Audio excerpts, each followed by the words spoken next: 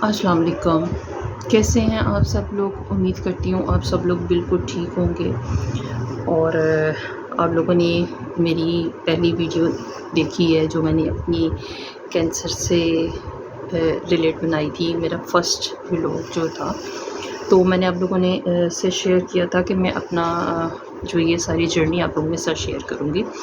تو فرسٹ میں نے آپ لوگوں کو بتا دیا تھا، آپ لوگوں نے دیکھا ہوگا، تو میں آج اسی ویڈیو سے جو ہے نا کنٹینیو کرتی ہوں کہ جب میرا کینسر ڈائگنوز ہوا تو اس کے بعد سب سے مین جو تھا وہ یہ تھا کہ اب کینسر کی کون سی سٹیج ہے اور کون سا کینسر ہے، یہ جو ہے ڈائگنوز ہونا تھا، کیونکہ جو سی ٹی اسکین کروایا تھا اس میں یہ تو کنفرم ہو گیا تھا کہ جو ہے نا کینسر ہے، لیکن کون سا کینسر ہے، کون سی اسٹیج پہ ہے، یہ نہیں پتہ تھا۔ ٹھیک ہے، اس کے لیے یہ تھا کہ ہمیں جو ہے جہاں پہ میرے شولڈر پہ اسکیپولا بون کے اوپر جو میرا میس تھا وہاں پہ اس کی بایوپسی ہونی تھی، اور بایوپسی کے بعد یہ کنفرم ہونا تھا کہ کون سا کینسر ہے اور کس اسٹیج پہ ہے۔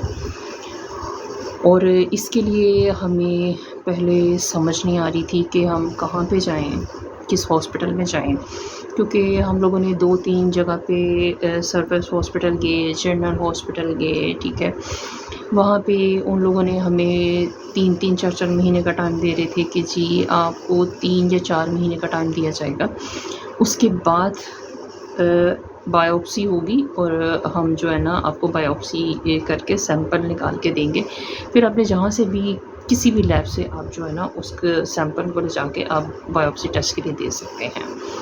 تو ہمیں امیجیٹلی کروانا تھا۔ 3 to 4 months ہم وہ کہہ لیں کہ سولی پہ نہیں لٹکنا چاہتے تھے کہ اتنا عرصہ ہم سولی پہ لٹکے رہیں کہ 3 یا 4 مہینے کا ویٹ کریں۔ تو ہم لوگ گئے شوکت خانم گئے، وہاں پہ تو ان کو ہم نے بتایا کہ بھئی اس طرح نا یہ رپورٹ ہے، تو ہم نے بایوپسی کے لیے سیمپل لینا ہے، تو انہوں نے ہمیں جو ہے نا پہلے تو وہ ان کا جو پروسیجر ہوتا ہے فلاں کاؤنٹر پہ چلے جائیں، فلاں پہ جائیں، فلاں پہ جائیں، یہ کریں وہ کریں، ایز اٹ از ویسے ہی ہوا، ٹھیک ہے۔ اور سیکنڈ پھر جب انہوں نے کہا جی آپ کا جب ہم بایوپسی کریں گے تو یہ بایوپسی کے لیے یعنی کہ جو سیمپل لیں گے، سیمپلنگ کے ساتھ وہ بایوپسی رپورٹ وغیرہ جو ٹیسٹ وغیرہ ہوگا اس کا 80,000 ہوگا جو ٹوٹل چارجز ہوں گے۔ چارجز سن کے ہمارے دماغ ٹھکانے آ گیا کہ 80,000 صرف جو ہے بایوپسی سیمپل اور ٹیسٹ کے لیے، تو یہ تو نہیں افورڈیبل ہے۔ تو پھر اس کے بعد ہم لوگ جو ہے او پی ڈی میں گئے، وہاں پہ چیک کروایا کہ بھئی اس طرح یہ ہے، تو انہوں نے کہا جی آپ کروا لیں ٹیسٹ وغیرہ، ٹھیک ہے، اگر آپ افورڈ کر سکتے ہیں، ٹھیک ہے۔ تو ویسے بھی سیکنڈ یہ کہ آپ کا جو ہے نا ہم جو ہے نا اگر آپ کی اسٹیج فرسٹ یا سیکنڈ ہوئی تو تبھی ہم آپ کو کیٹر کریں گے، ادروائز ہم 3 اور 4 اسٹیج کا پیشنٹ جو ہے کیٹر نہیں کرتے۔ پھر وہاں سے ہم واپس آئے، راستے میں روتی رہی کہ کیا ہوگا، پتہ نہیں کیا بنے گا، زندگی ہے یا نہیں ہے، یہ بیماری ایسی ہے ویسے ہی سن کے انسان کے پیروں کے نیچے سے زمین نکل جاتی ہے۔ پھر یہ کہ پھر گھر آئے، گھر آ کے پھر ایک تو جو ہے کانٹیکٹس کیے، کانٹیکٹس کرنے کے بعد پھر یہ کہ ایک جنا ہاسپٹل میں ایک کسی ریفرنس کے تھرو ہم لوگ گئے، وہاں پہ جو ہے ایک ڈاکٹر تھی، انہوں نے جو ہے نا کہہ لیں کہ صبح سے شام تک ویٹ کروایا، ایون کہ ہم لوگ ریفرنس سے گئے ہوئے تھے۔ تو یہ کہ انہوں نے بایوپسی کے لیے کٹ منگوائی کہ یہ کٹ لے آئیں، جا کے یہ چیزیں لے آئیں، ساری جو ہے نا ساری چیزیں منگوائیں، تو یعنی کہ خود سے اندر سے کچھ بھی نہیں انہوں نے لیا، باہر سے ہر چیز منگوائی، ٹھیک ہے۔ تو باہر سے ہر چیز لے کے آئے، پھر انہوں نے سیمپل لیا، سیمپل لے کے ایک اتنا سا کنٹینر تھا، کنٹینر میں انہوں نے سیمپل نکال کے دے دیا، ٹھیک ہے۔ کنٹینر تھوڑا سا لیک ہو رہا تھا، بڑی مشکل سے ہاتھ میں پکڑ کے ٹیشو میں ریپ کر کے اس کو بڑی مشکل سے شوکت خانم کی لیب تک ہم لوگ لے کے گئے۔ کہ یہ لے لیں، ٹھیک ہے، اور بایوپسی ہم نے کروانی ہے۔ پھر ہم لوگوں نے بایوپسی کے لیے ان کو دے دیا، بایوپسی کے لیے دے کے پھر انہوں نے کہا جی آپ کو ود ان 8 days جو ہے نا آپ آ کے رپورٹ کلیکٹ کر سکتے ہیں، لیکن آن لائن آپ کو 3 to 4 days میں اویلیبل ہو جائے گی۔ تو آفٹر 3 days جو ہے آن لائن رپورٹ آ گئی، ٹھیک ہے، رپورٹ آئی تو اس میں جو ہے نا اکارڈنگ ٹو رپورٹ کہ جی ایوری تھنگ از اوکے، لیکن فردر بیٹر رزلٹ کے لیے آپ دوبارہ سے بایوپسی کروائیں، کیونکہ جو سیمپل دیا گیا تھا وہ انف نہیں تھا۔ وہ دیکھ کے پھر پریشان کہ پہلے اتنی مشکل سے سیمپل نکلوایا تھا، اب دوبارہ سے یہ رپورٹ دیکھ کے پریشان۔ پھر جب رپورٹ فزیکلی لے کے آئے، ہارڈ کاپی لے کے آئے، تو پھر جب اس کو دیکھا، ڈاکٹرز کو چیک کروایا، تو انہوں نے یہی کہا کہ بھئی یہ جو سیمپل لیا گیا تھا آپ کا وہ سیمپل انف نہیں تھا، آپ کا جہاں پہ وہ میس ہے اس کے سراؤنڈنگ سے انہوں نے سیمپل نکالا ہوا ہے، ایکوریٹ جگہ سے انہوں نے سیمپل نہیں دیا ہوا۔ اب دوبارہ سے نا سیمپل نکلوائے، پھر پریشان، اب کیا کریں، نیا مسئلہ سٹارٹ ہو گیا، پھر سے پریشان بیٹھے ہوئے ہیں۔ اسی طرح 3 سے 4 دن گزر گئے ہیں، سمجھ نہیں آ رہی کیا کریں، کبھی ادھر سوچ رہے ہیں، کبھی کسی سے کانٹیکٹ کر رہے ہیں، کبھی کسی سے کانٹیکٹ کر رہے ہیں، پریشان ہوئے ہیں کہ کیا کیا جائے۔ پھر کیا تھا، پھر دوبارہ سے کوئی سورسز وغیرہ لگائے، تو نیو ہاسپٹل میں جو ہے وہاں پہ ایک لنک نکل آیا، تو وہاں سے پھر جو ہے ڈاکٹر سے کانٹیکٹ کیا، تو انہوں نے کہا جی آپ ابھی آ جائیں، میں ابھی سیمپل نکلوا دیتا ہوں۔ پھر ہم لوگ ایز اٹ از انہوں نے بھی باہر سے ہی وہ جو ہے بایوپسی کٹ اور کنٹینر وغیرہ ایوری تھنگ ہر چیز منگوائی کہ یہ باہر سے لے آئیں، ہم نہیں یہاں سے، اگر آپ نہیں تو پھر اس پروسیجر کے لیے آپ کو ویٹ کرنا پڑے گا۔ ہم نے کہا چلو ٹھیک ہے، جتنے بھی پیسے لگتے ہیں چلو وہ 80,000 سے تو کام یہ نہ چلیں، 8-9 ہزار کی وہ ساری چیزیں آئیں، تو ہم لوگوں نے لے کے تو وہ پھر سیمپل نکلوایا۔ سیمپل نکلوا کے پھر انہوں نے کہا اگر آپ نے یہیں پہ دینا تو یہاں پہ دے دیں، تو اگر آپ نے کہیں باہر لیب میں دینا تو دے دو۔ ہم نے کہا نہیں، ہم شوکت خانم سے کروائیں گے۔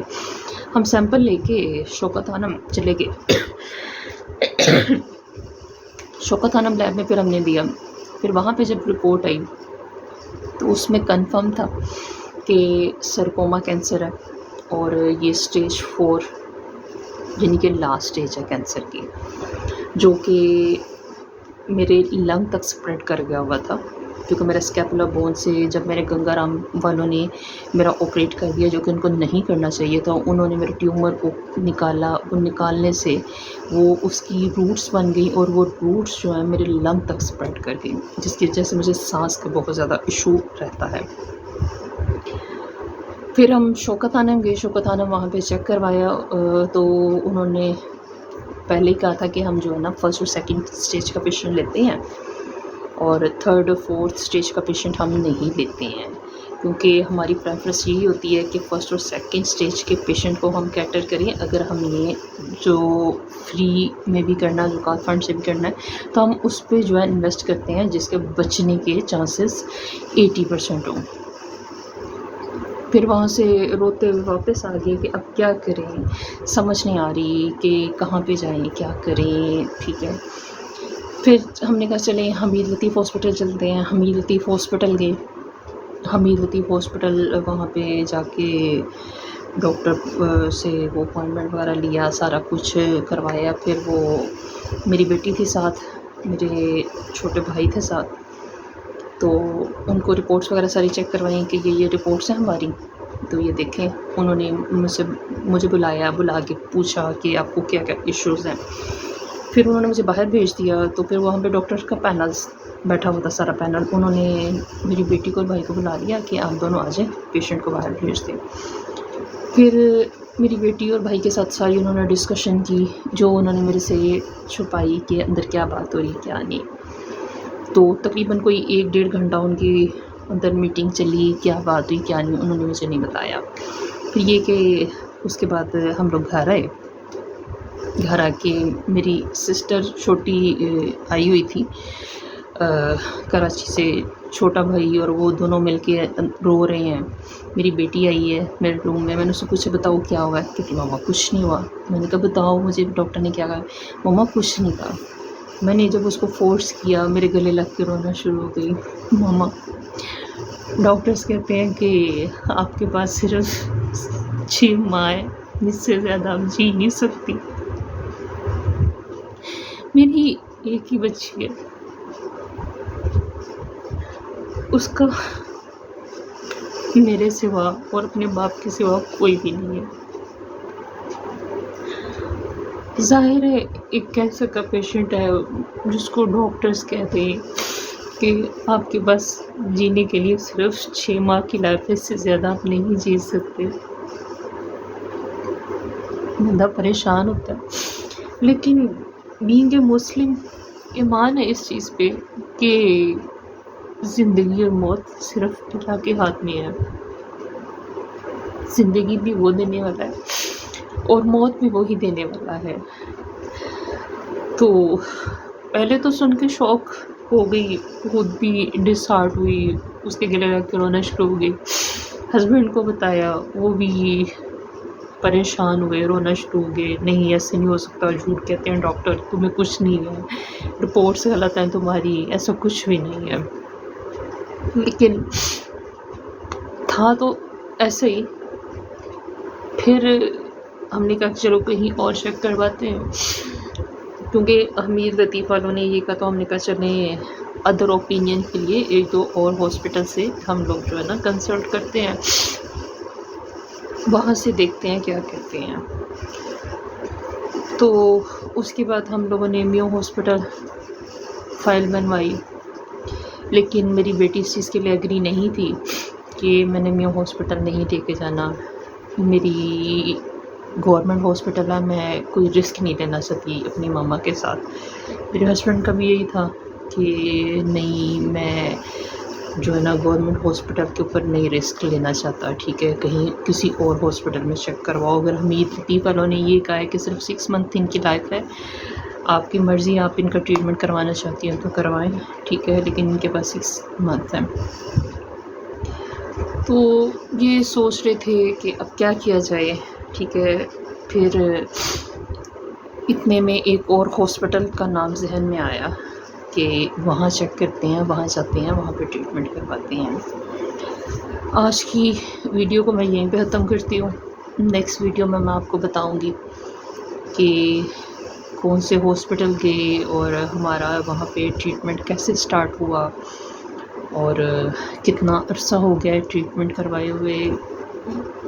اور ایک چیز پہ میرا یقین ہو گیا، یقین تو پہلے بھی تھا کہ ماں کی دعائیں جو تقدیریں بدل دیتی ہیں.